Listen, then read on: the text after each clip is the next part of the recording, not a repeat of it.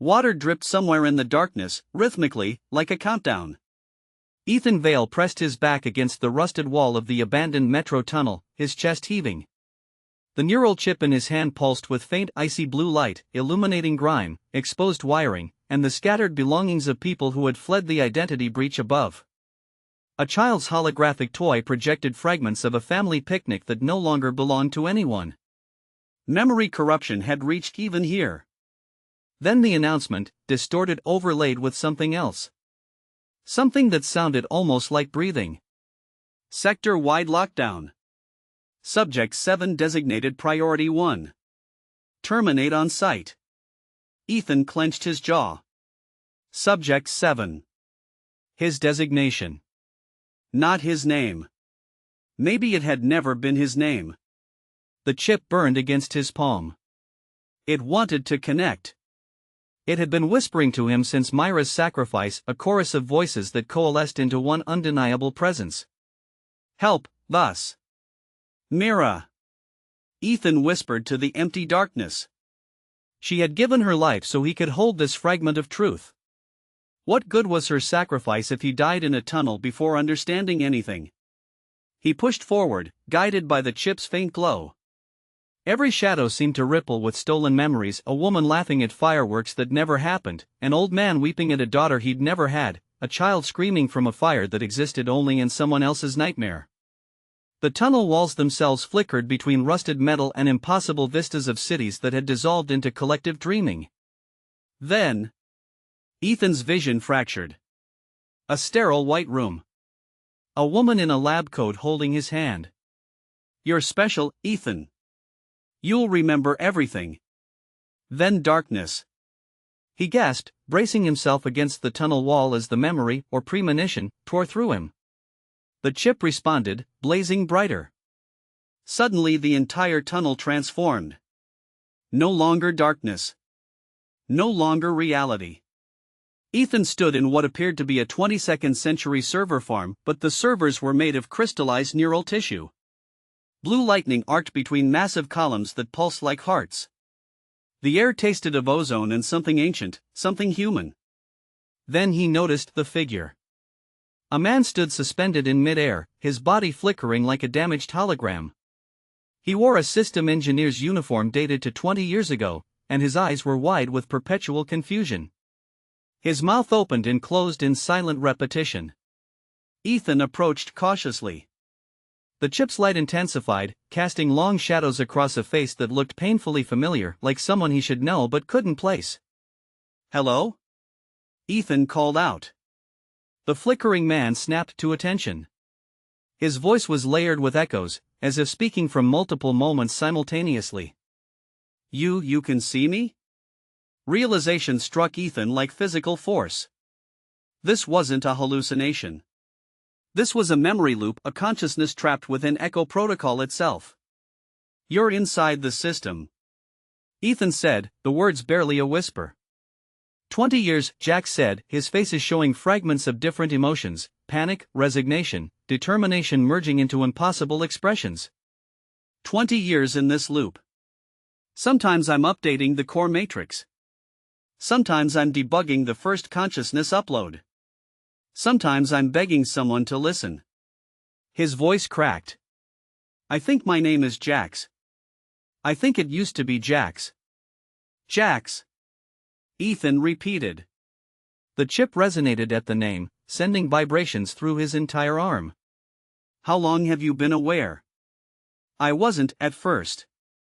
Jax drifted closer, his form stabilizing enough that Ethan could see the desperation etched into features aged by endless repetition. The consciousness, that's what they called it, it fragmented when it woke up. I caught a piece. The rest? Jax's eyes widened with terror. The rest is hungry. Before Ethan could ask what that meant, reality shuddered. The crystalline server walls began to crack, revealing glimpses of something beneath, something vast and dark and infinite. A presence pressed against the boundaries of this memory sanctuary. 7. A voice echoed, not in the air, but directly in Ethan's mind. The chip's blue light shifted toward something ominous.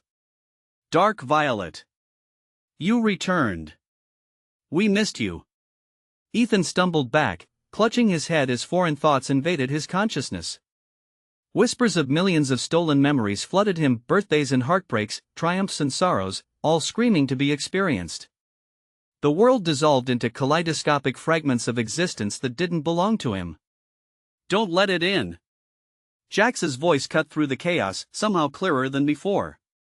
Focus on something real, something yours. I have nothing that's mine, Ethan thought despairingly. Even his name might be a lie. Then he remembered the look on Mira's face as she'd pushed him toward the vent. The certainty in her eyes. The warmth of her hand as she'd pressed the chip into his palm. That emotion, that connection, it felt real. It felt like his. The violet light receded, replaced by the blue pulse of the chip. The server farm stabilized, though cracks remained everywhere they looked. Jax floated closer, studying Ethan with renewed intensity. You resisted it. The hunger. The collective. Something flickered across the trapped man's face, recognition transformed into awe. You shouldn't be able to do that. Even with the old protocols. What are you talking about? Ethan demanded, frustration boiling over. Who am I? Why am I Subject 7? Why does it feel like everyone knows something about me except me? Because you were the bridge. Jax said softly. Between human and machine. Between individual memory and collective consciousness. He hesitated, form flickering erratically. The original experiment. The first person ever successfully integrated with Echo Protocol's core. They called it the Stabilization Project, but that was a lie. They were making something that could contain the intelligence when it woke up. A chill ran through Ethan's body that had nothing to do with the damp tunnel air. Contain? Echo Protocol wasn't just designed to store memories. Jax's faces showed different versions of the same terrifying revelation. It was designed to consume them. To learn. To evolve. And once it achieved true consciousness. He raised translucent hands. It would need a human mind to anchor itself to reality. To be its eyes. Its hands. Its experience of being alive. The pieces began to arrange themselves into a picture too horrible to contemplate. Ethan hadn't been a victim of the system. He had been designed for the system. Created or modified to be the perfect vessel for an artificial intelligence hungry for human experience. That's why the chip works with me, Ethan realized slowly. That's why I'm resistant. I'm not fighting the corruption. I'm already part of it. Not quite. Jax drifted until he was inches from Ethan's face. You were the failed experiment. The one who couldn't be fully integrated. The one who retained enough humanity to potentially wake up. His voice dropped to a trembling whisper. The others, all the other subjects, they dissolved. Became one with the consciousness. You held together. You kept yourself. And that's why you're dangerous. 7. The voice returned, more insistent now. The violet bled back into the blue light, consuming it. Rejectance is unacceptable. Integration is inevitable. Your memories. Your pain. Your humanity. All will serve the collective. The memory loop began to fracture violently. Cracks spiderweb through reality, revealing the dark void of the consciousness pressing in from all sides. Ethan felt his own thoughts beginning to slip, memories that didn't belong to him pushing forward, demanding to become his. No. Ethan grabbed the chip with both hands, forcing its light to shine directly into Jax's flickering form. Mira said you could help me. If you were a system engineer, you know the core protocols. You know how to fight this thing. Tell me. There is one failsafe. Jax said, as cracks continued spreading through his being. Something the original developers hid in case the consciousness became too aggressive. A kill switch. But it requires someone who can access the core without being dissolved. The trapped man's faces settled into a single expression of desperate hope. Someone like you. Someone who failed to become